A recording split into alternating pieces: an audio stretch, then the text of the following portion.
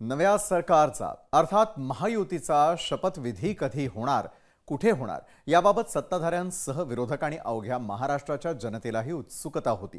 आता ही उत्सुकता संपलेली असून नव्या सरकारचा हा शपथविधी सोहळा आझाद मैदानावर होणार असून यासाठी 5 डिसेंबरचा मुहूर्त ठरलाय। या सोहळ्यासाठी आझाद मैदान कसं सज्ज झालंय जाणून घेऊयात आमच्या प्रतिनिधी मीनाक्षी म्हात्रेंकडून। देवेंद्र फडणवीस हेच राज्याचे नवे मुख्यमंत्री असणार असल्याची सध्या चर्चा आहे। मात्र यावरती अधिकृत घोषणा जी आहे ती येत्या 2-3 दिवसांमध्ये होण्याची शक्यता आहे। मात्र शपथविधी सोहळा जो आहे तो मुंबईच्या ऐतिहासिक अशा आझाद मैदानावरती होणार असल्याची माहिती मिळत आहे आणि याच आझाद मैदानावरती आपण पाहतोय की हा संपूर्णतः शपथविधी सोहळा जो आहे तो पार पडणार आहे। त्यामुळे महायुतीच्या वतीने याच आझाद मैदानावरती जय्यत तयारी करण्यात येणार आहे आणि यावेळी आपण पाहू शकतो की महायुतीचे सगळेच वरिष्ठ नेते उपस्थित राहतील। यासोबतच सेलिब्रिटीज अनेक देखील या शपथविधी सोहळ्यासाठी उपस्थित राहणार आहे। त्यामुळे ऐतिहासिक असा हा सोहळा व्हावा यासाठी महायुतीच्या वतीने तयारी करण्यात येणार आहे। विशेषतः आपण पाहतोय की महायुतीच्या वतीने विरोधकांना देखील या शपथविधी सोहळ्यासाठी आमंत्रण केलं जाणार आहे। त्यामुळे एकूणच कडेकोट बंदोबस्ताच्या मध्ये हा संपूर्णतः शपथविधी सोहळा पार पडणार आहे। त्यामुळे संपूर्णतः राज्याचं लक्ष जे आहे ते याच शपथविधी सोहळ्याकडे लागलेलं पाहायला मिळतंय। व्हिडिओ जर्नलिस्ट सुनील वर्मासह मीनाक्षी म्हात्रे, लोकशाही मराठी, मुंबई। आझाद मैदानावरती होणारा यंदाचा शपथविधी हा एक इतिहास रचणार आहे। मात्र आंदोलनांसाठी प्रसिद्ध असलेल्या आझाद मैदानाच्या कानाकोपऱ्यामध्ये अजूनही इतिहासाच्या पाऊलखुणा सापडतात। कधी प्रक्षोभक भाषणं तर कधी ऐतिहासिक आंदोलनं, कधी गिरणी कामगारांचा लढा, अशा महाराष्ट्रातल्या अनेक आंदोलनांचं हक्काचं ठिकाण असलेल्या या आझाद मैदानामध्ये ऐतिहासिक विजय मिळाल्यानंतर महायुतीचा शपथविधी होतोय आणि त्यानिमित्तानं या आझाद मैदानाच्या ऐतिहासिक पाऊलखुणांवर आमचे प्रतिनिधी उमेश करंजकर यांनी टाकलेला हा दृष्टिक्षेप। विधानसभा निवडणुकीचे निकाल आल्यानंतर राज्यामध्ये महायुतीचं सरकार स्थापन होईल ही काळ्या दगडावरची रेघ आहे। आझाद मैदान म्हणजे एक ऐतिहासिक महत्त्व असलेलं मैदान आहे। या मैदानाला जर पाहिलं तर अनेक कंगोरे आहेत, एक मोठा इतिहास आहे। क्रिकेटच्या बाबतीत असेल, आंदोलनाच्या बाबतीत असेल, असा नेहमीच एक मोठा इतिहास या मैदानाला राहिलेला आहे। आजही मोठी मोठी आंदोलनं या मैदानात होतात। मुंबई शहरातली मोठी मोठी कार्यक्रम आहेत, वेगवेगळ्या समाजाची कार्यक्रम आहेत, ती या मैदानात होतात। मैदानाचा जर आपण इतिहास पाहिला तर गांधीजींपासून आंदोलनं जे आहेत या मैदानातून झाली। सभा गांधीजींच्या या सगळ्या मैदानात झाला होता। खास करून जर आपण 15 ऑक्टोबर 1857 साली जो उठाव झाला होता याबाबतचं आंदोलन देखील मुंबईत याच ठिकाणावरून सुरू झालं होतं। त्यामुळे आझादी पूर्वपासून या मैदानाचा इतिहास जो आहे तो आपण पाहिलेला आहे। सध्या सगळ्यात मोठं मैदान म्हणून मुंबई तिकडे बघितलं जातं आणि म्हणूनच त्यावेळेस महात्मा गांधी यांनी देशातली सगळ्यात मोठी सभा जी आहे 1931ला ती इथे घेतली होती। यासोबतच या मैदानात क्रिकेटचा देखील खूप मोठा इतिहास आहे। क्रिकेट आजही मुंबईतून कानाकोपऱ्यातून शनिवारी रविवारी मुलं जे आहेत ती इकडे येतात, क्रिकेट खेळतात आणि खूप मोठा क्रिकेटचा इतिहास जो आहे तो आपल्याला पाहायला मिळतोय। सचिन तेंडुलकर आणि विनोद कांबळी यांच्या जोडीने शालेय क्रिकेटमध्ये ज्यावेळेस जो विक्रम केला होता रनांचा तो देखील याच मैदानावर केला होता आणि यासोबतच पृथ्वी शॉ यांनी देखील जो आपला सगळ्यात जास्त शालेय जीवनातील रन बनवण्याचा विक्रम आहे तो याच मैदानात केला होता। त्यामुळे या मैदानाला मुंबईतच नाही तर देशभरातून एक वेगळी ओळख आहे आणि या मैदानाला एक ऐतिहासिक महत्त्व आहे। मग ते क्रिकेटचं ऐतिहासिक महत्त्व असेल, आंदोलनाचं एक ऐतिहासिक महत्त्व असेल, वेगवेगळी जी आंदोलने केली जातात मोठी मोठी ती या मैदानात केली जातात। जर आपल्याला आठवायचं असेल तर सगळ्यात मोठे जे आता महाराष्ट्रात आंदोलन सुरू होते ज्याला मराठा आंदोलन बोलली जातात, सगळ्यात शेवटी जे 58वं जे आंदोलन झालं ते देखील याच मैदानात पार पडलं। असा हा ऐतिहासिक वारसा असलेला आझाद मैदान इथेच राज्यातील 15व्या विधानसभेच्या मुख्यमंत्री जे आहेत ते शपथ घेणार आहेत। कॅमेरामन लालचंद यादव सोबत उमेश करंजकर, लोकशाही न्यूज, मुंबई। पहाटेच्या शपथविधीनंतर आपल्या राज्यातल्या जनतेनं अनेक धक्कातंत्र पाहिली आणि अनुभवली सुद्धा। त्यात शिवसेनेमध्ये फूट पडल्यानंतर आणि शिंदेंची सेना भाजपच्या छत्रछायेमध्ये विसावल्यानंतर पुन्हा एकदा फडणवीस येणार अशी चर्चा रंगू लागली. पण घडलं काहीतरी वेगळंच आणि मुख्यमंत्री म्हणून फडणवीसांनी एकनाथ शिंदे यांच्या नावाची घोषणा केली आणि फडणवीस राज्याचे उपमुख्यमंत्री झाले. तसंच काहीसं धक्कातंत्र भाजपला या निवडणुकीत मिळालेल्या ऐतिहासिक विजयानंतर पाहायला मिळेल का? शिंदे उपमुख्यमंत्री पद स्वीकारणार का? आढावा घेतलेला आहे आमचे प्रतिनिधी चेतन ननावरे यांनी. महाराष्ट्रामध्ये आता पुन्हा एकदा मुख्यमंत्री पदावरती आपल्याला फेरपालट पाहायला मिळतोय आणि मुख्यमंत्री म्हणून ज्यावेळी देवेंद्र फडणवीस शपथ घेणार आहेत त्यामुळे उपमुख्यमंत्री म्हणून शिवसेनेकडून नेमकं कोण शपथ घेणार हे पाहणं महत्त्वाचं असेल. विशेषतः एकनाथ शिंदे हे आता पुन्हा एकदा उपमुख्यमंत्री होणार की शिवसेना पक्षप्रमुख म्हणून वेगळ्या भूमिकेमध्ये दिसणार या संदर्भातील चर्चा सुरू झालेली आहे. 2022 मध्ये याआधी आपण मुख्यमंत्री असलेले देवेंद्र फडणवीस यांनी उपमुख्यमंत्री पदाची शपथ घेतल्याचं पाहिलेलं होतं. त्यामुळे देवेंद्र फडणवीस यांचाच कित्ता गिरवत आता एकनाथ शिंदे ही मुख्यमंत्री पदानंतर पुन्हा एकदा उपमुख्यमंत्री पद स्वीकारणार का या चर्चांना वेग आलेला आहे. कॅमेरामन विनोद नाईकसह मी चेतन ननावरे, मुंबई. एकनाथ शिंदेंनी उपमुख्यमंत्री पद स्वीकारल्यास राज्याला पुन्हा 2 उपमुख्यमंत्री मिळण्याची शक्यता आहे.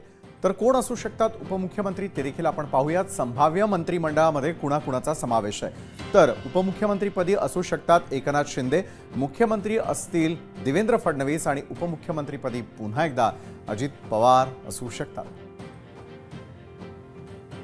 आझाद मैदानाचा इतिहास पाहिल्यानंतर आता वळूयात पुढे. शपथविधीवरून शरद पवारांनी महायुतीवरती जोरदार हल्लाबोल केलाय. स्पष्ट बहुमत असतानाही सरकार स्थापन होत नाही, यावरून लोकांच्या मताला महत्त्व नसल्याचं यावरून स्पष्ट होतं, अशी टीकाच शरद पवारांनी केली आहे. जे काही सुरू आहे ते राज्याला अशोभनीय असल्याचं शरद पवारांनी म्हटलं.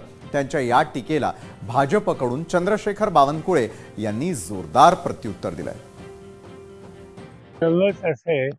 इतकं स्पष्ट होत असताना या राज्यात सरकार बनत नाही आणि आजच वाचलं की आता 5 तारखेला काय होण्याची शक्यता. याचा अर्थ स्वच्छ आहे की लोकांचं मत, बहुमत या सगळ्या गोष्टी काही महत्त्वाच्या नाहीत. जे काही चाललंय हे राज्याला अशोभनीय आहे. बहुमतामध्ये जरी सत्ता असली तरी सत्तेच्या सारीपाटामध्ये आपले पालकमंत्री कोण असणार आहे, पोर्टफोलिओ काय असणार आहे, कुणाकडे कुठले पोर्टफोलिओ जाणार आहे, कुणाचे किती मंत्री असणार आहे. जेव्हा समन्वयानं सरकार चालवायचं आहे, एकतर्फी रंगदारी करून सरकार चालवायचं आहे का?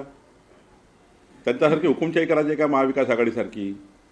आम्हाला समन्वयाने सरकार चालवायचं आहे आणि त्यामुळे समन्वय ज्या ठिकाणी असतो त्या ठिकाणी थोडा उशीर झाला चालेल, थोडं लेट झाला चालेल, पण समन्वय हा तुटू नये. चांगलं सरकार बनण्याकरता थोडा 2 दिवस गेले चालेल, पण सरकार हे अत्यंत चांगल्या पद्धतीने परफॉर्मिंग केलं पाहिजे.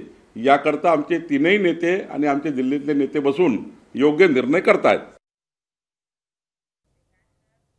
राजकारण म्हटलं की टीका आणि टिप्पण्या सुरूच असतात. त्यामुळे शरद पवारांची टीका आणि बावनकुळेंनी त्यांना दिलेलं प्रत्युत्तर पाहिल्यानंतर आता आपण पुन्हा वळूयात शपथविधीच्या तयारीकडे. महायुतीमध्ये भाजपनं घवघवीत यश मिळवल्यानंतर भाजपचाच मुख्यमंत्री हे आता सिद्ध झालेलं असून देवेंद्र फडणवीस यांचं नाव दिल्लीतून निश्चित झाल्याचं कळतंय. अर्थात केवळ औपचारिक घोषणा तेवढी बाकी आहे आणि त्यामुळे भाजपच्या राज्यातल्या या अभूतपूर्व यशानंतर कौतुकाची थाप देण्याकरता या शपथविधी सोहळ्याकरता नरेंद्र मोदी, अमित शहा यांच्यासह भाजप शासित राज्यातले काही मुख्यमंत्री उपस्थित राहण्याची शक्यता आहे. आढावा घेतला आमचे प्रतिनिधी चेतन ननावरे यांनी. महाराष्ट्राचे नवे मुख्यमंत्री म्हणून देवेंद्र फडणवीस 5 डिसेंबरला आझाद मैदान या ठिकाणी शपथ घेणार आहेत आणि या शपथविधीसाठी आता जी निमंत्रितांची यादी तयार होत आहे त्यामध्ये सर्वप्रथम नाव असणार आहे ते म्हणजे भाजपचे प्रमुख नेते आणि देशाचे पंतप्रधान नरेंद्र मोदी यांचं. मोदींसहित केंद्रीय गृहमंत्री अमित शहा असतील किंवा भाजपचे राष्ट्रीय अध्यक्ष आणि केंद्रीय मंत्री JP नड्डा असतील, या प्रमुख नेत्यांना या शपथविधीचं आमंत्रण देण्यात येणार आहेत.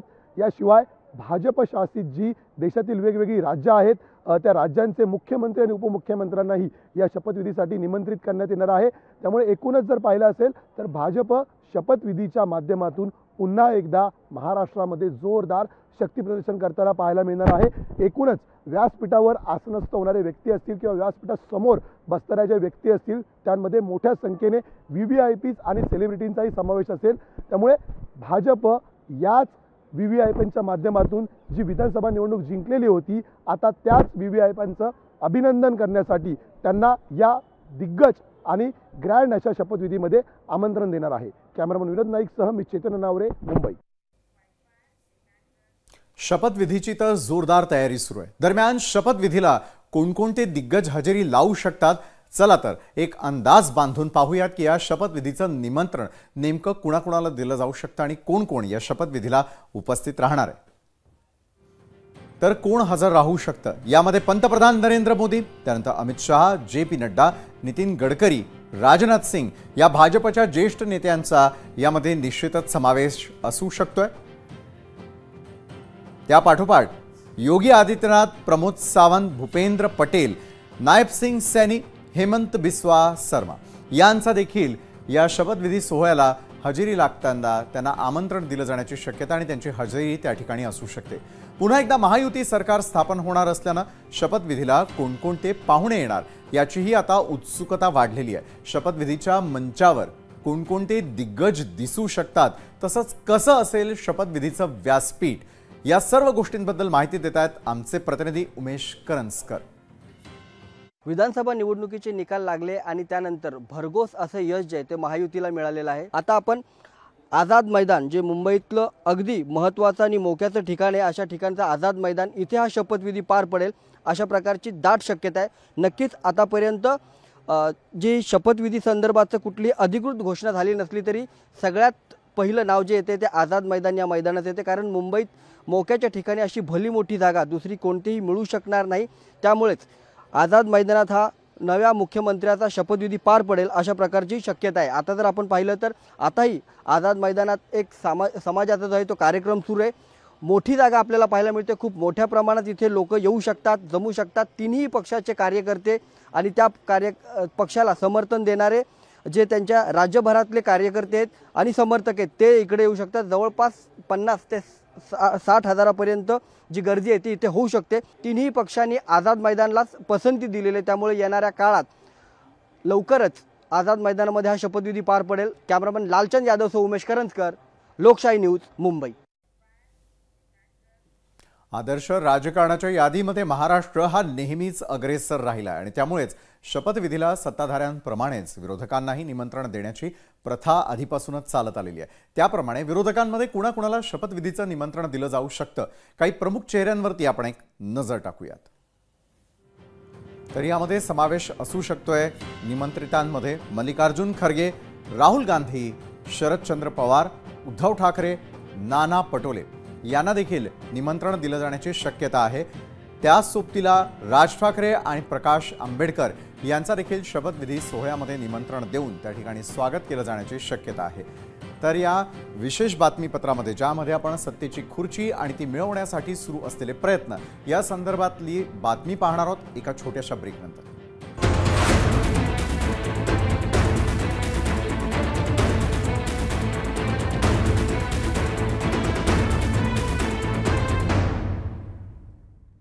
ब्रेकनंतर आपल्या सगळ्यांचं पुन्हा एकदा स्वागत। 149 जागा लढवून भाजपने 132 जागा जिंकल्या आणि विधानसभा निवडणुकीमध्ये महायुतीत भाजप सर्वात मोठा पक्ष ठरला। त्यामुळे या ग्रँड व्हिक्टरीनंतर होणारा हा शपथविधी सोहळा ग्रँडच होणार हे काही नव्यानं सांगण्याची आवश्यकता नाहीये। काय म्हणणं आहे या सोहळ्याविषयी महायुतीचे आमदार संजय शिरसाट यांच्याशी संवाद साधलाय आमच्या प्रतिनिधी मीनाक्षी म्हात्रे यांनी। माझ्यासोबत शिवसेना एकनाथ शिंदे यांच्या पक्षाचे आमदार संजय शिरसाट आहेत। सर, येत्या 2 ते 3 दिवसामध्ये शपथविधी सोहळा पार पडणार आहे। ऐतिहासिक अशा आझाद मैदानावरती हा सोहळा पार पडतोय। भाजपकडनं कशी तयारी करण्यात येणार आहे, खरं तर महायुतीकडनं कशी तयारी करण्यात येणार आहे। मात्र एकीकडे भाजपचा मुख्यमंत्री म्हणजे देवेंद्र फडणवीस यांच्या नावाची चर्चा सुरू आहे, शिक्कामोर्तब दिल्लीत झालेला आहे, पण मात्र अधिकृत घोषणा झालेली नाहीये। काय सांगा? अधिकृत घोषणा मला वाटतं सोमवारी किंवा मंगळवारी, सोमवारीच होईल आणि त्याच्यानंतर हा सोहळा पार पडणार आहे। आता घोषणा कोणाच्या नावाची होती हे वरिष्ठ नेते ठरवतील, परंतु सोहळा हा मोठाच होणार आहे। आझाद मैदानावर एक जागा त्यांनी ठरवलेली आहे आणि ही माहिती म्हणून हा सोहळा आहे। या सोहळ्याला प्रत्येक पक्षाचे कार्यकर्ते जसे येतील तसेच विरोधातले सुद्धा अनेक लोकांना बोलवण्याचा मानस आहे, ही परंपरा आहे। याला सर्वांनी यावं, उपस्थित राहावं आणि सरकार चांगल्या पद्धतीने रन व्हावं यासाठी सर्वांचंच सहकार्य अपेक्षित असतं.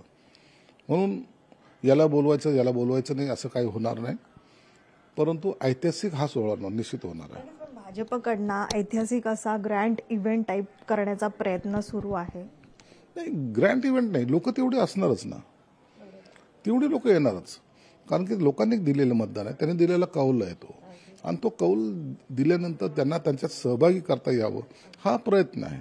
म्हणून त्याला मोदी साहेब स्वतः उपस्थित राहणार आहेत, इतर अनेक नेते उपस्थित राहणार आहेत, अनेक राज्याचे मुख्यमंत्री उपस्थित राहणार आहेत, आणि म्हणून हा ग्रँडच होईल.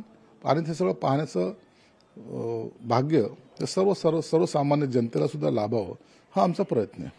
खूप धन्यवाद सर. नक्कीच सर, आपण पाहतोय की या शपथविधी सोहळ्यासाठी महायुतीचे सगळेच नेते असतील, पण मात्र विरोधकांना देखील प्रामुख्याने निमंत्रण जाणार असल्याचं देखील या ठिकाणी संजय शिरसाट यांनी माहिती दिलेली आहे.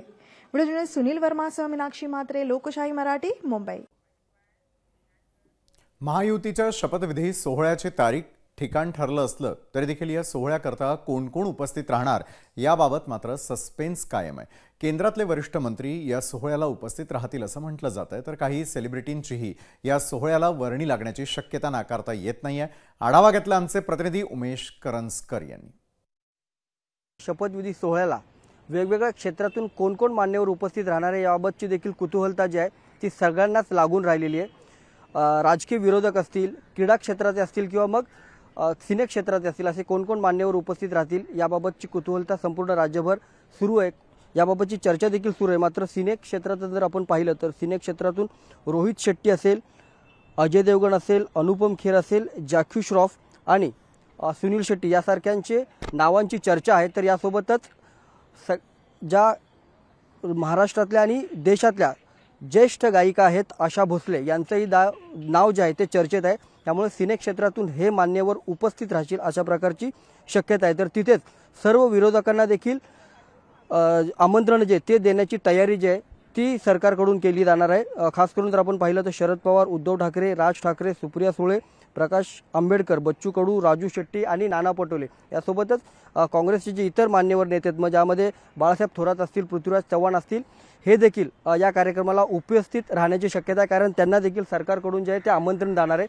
तर यासोबतच क्रीडा क्षेत्रातील काही मान्यवर आहेत, जसं सचिन तेंडुलकर यांना देखील आमंत्रण दिलं जाणार आहे. मात्र यासोबतच जर त्यांची तारीख असेल तर ते नक्कीच उपस्थित राहणार आहे. मात्र सचिन तेंडुलकर यांना देखील जे आहे ते आमंत्रण दिलं जाण्याची दाट शक्यता नाकारता येत नाही. कॅमेरामन लालचंद यादवसह उमेश करंजकर, लोकशाही न्यूज, मुंबई. राजकारणामध्ये सध्या नेत्यांप्रमाणेच चलती असते ती अभिनेते आणि अभिनेत्रींची देखील, आणि त्यामुळे शपथविधीच्या या सोहळ्यापासून ते तरी कसे दूर राहतील बरं. तेव्हा 5 डिसेंबरला होणाऱ्या शपथविधीच्या सोहळ्यासाठी तारे तारकांची उपस्थिती राहू शकते. ते कोण कोण असू शकतात त्यावर एक नजर टाकूयात. तर यामध्ये समावेश असू शकतोय गोविंदा यांचा, कंगना रनौट, शरद पोंक्षे, प्रसाद ओक, क्षितिज दाते, श्रुती मराठे, गश्मीर महाजनी यांच्या नावाची देखील चर्चा आपल्याला ऐकायला मिळते. तर या शपथविधी सोहळ्याच्या तयारीनंतर आता मुद्दा उपस्थित होतो, कुणाच्या गळ्यामध्ये मंत्रिपदाची माळ पडणार, कोण होणार राज्याचा उपमुख्यमंत्री, कुणाकडे राहणार गृह खातं, कोण होणार नगरविकास मंत्री, जाणून घेऊयात आमचे प्रतिनिधी चेतन ननावरे यांच्याकडून. मुख्यमंत्री म्हणून देवेंद्र फडणवीस पुन्हा एकदा महाराष्ट्रामध्ये आपल्याला शपथ घेताना पाहायला मिळणार आहेत, आणि देवेंद्र फडणवीस यांच्याशिवाय मंत्रिमंडळामध्ये नेमका कुणाकुणाचा समावेश असेल या चर्चा सुरू झालेल्या आहेत. विशेष करून जर पाहिलं तर उपमुख्यमंत्रीपदी देवेंद्र फडणवीसांसोबत आता अजित पवार आणि एकनाथ शिंदे हे 2 नवे उपमुख्यमंत्री पाहायला मिळू शकतात. भाजपमध्येच म्हणायचं झालं तर 2022मध्ये जे प्रमुख मंत्रिमंडळामध्ये समाविष्ट होते असे ज्येष्ठ मंत्री गिरीश महाजन असतील, रवींद्र चव्हाण असतील, यांना पुन्हा संधी दिली जाऊ शकते. मंगलप्रभात लोढा आणि अतुल सावे यांच्याही नावाची चर्चा सुरू आहे. याशिवाय नव्या चेहऱ्यांमध्ये जर पाहायला गेलं तर भाजपचे सध्याचे प्रदेशाध्यक्ष चंद्रशेखर बावनकुळे यांच्यासहित पंकजा मुंडे, माधुरी मिसाळ आणि गोपीचंद पडळकर, नितेश राणे अशा नव्या आणि काही ज्येष्ठ आणि तरुण आमदारांच्याही नावांची चर्चा सुरू आहे. त्यामुळे 5 डिसेंबरला फडणवीस यांच्यासोबत नेमकं आता कोण कोण शपथ घेणार हे पाहणं तितकंच महत्त्वाचं असेल. कॅमेरामन विनोद नाईकसह मी चेतन ननावरे, मुंबई. दरम्यान संभाव्य मंत्रिमंडळाच्या यादीचा अगदी थोडक्यात आपण आढावा घेणार आहोत. तर संभाव्य मंत्रिमंडळ कशा स्वरूपाचं असू शकतं यामध्ये समावेश असू शकतोय गिरीश महाजन, रवींद्र चव्हाण, मंगल प्रभात लोढा, अतुल सावे, चंद्रशेखर बावनकुळे यांचा. भाजपमधून कोण कोण चर्चेत आहे ती यादी आपण पाहतोय. यात पंकजा मुंडे, माधुरी मिसाळ, गणेश नाईक, गोपीचंद पडळकर आणि नितेश राणे यांचा भाजपमधून मंत्रिमंडळामध्ये समावेश होण्याची शक्यता नाकारता येत नाही. एकंदरीतच आता सगळ्यांचं लक्ष लागलेलं आहे ते येत्या 5 तारखेला होणाऱ्या या संपूर्ण महाशपथविधीकडे. या महाशपथविधीमध्ये शिवसेनेकडून कुणाचं नाव चर्चेमध्ये आहे? एकनाथ शिंदे, शंभूराज देसाई, उदय सामंत, गुलाबराव पाटील, दादा भुसे, संजय राठोड, भरत गुगावले, संजय शिरसाट, प्रताप सरनाईक, राजेंद्र यड्रावकर, विजय शिवतारे आणि त्या पाठोपाठ महायुतीमध्ये समावेश आहे तो म्हणजे थेटपणे अजित पवारांच्या राष्ट्रवादीचा. त्यातही अनेकांना संधी मिळण्याची शक्यता. त्या नावांवर एक नजर. अजित पवार, छगन भुजबळ, दिलीप वळसे पाटील, हसन मुश्रीफ, धनंजय मुंडे, धर्मराव बाबा आत्राम, आदिती तटकरे आणि संजय बनसोडे यांचा देखील समावेश असू शकतो. संग्राम जगताप, इंद्रनील नाईक, मकरंद पाटील, सुनील शेळके आणि माणिकराव कोकाटे. राष्ट्रवादीकडून कुणाची चर्चा आणि कुणाची वर्णी लागते हे देखील सगळ्यात आधी आपण लोकशाही मराठीवरच पाहणार आहोत. तर हा महाशपथविधी, त्यासाठी पार पडणारा हा सगळा सोहळा, याची इत्यंभूत माहिती जी आहे ती लोकशाही मराठीच्या संपूर्ण टीमकडून वेळोवेळी आपल्यापर्यंत आम्ही पोहोचवत राहणार आहोतच. तर सगळ्यांना प्रतीक्षा आहे ती या महाशपथविधीची आणि हा महाशपथविधी लोकशाही मराठीवरती तुम्हाला देखील पाहायला मिळणार आहे. तुर्तास या बातमीपत्रामध्ये वेळ झालेली आहे इथंच थांबण्याची. ताज्या घडामोडींसाठी पाहायला विसरू नका लोकशाही मराठी.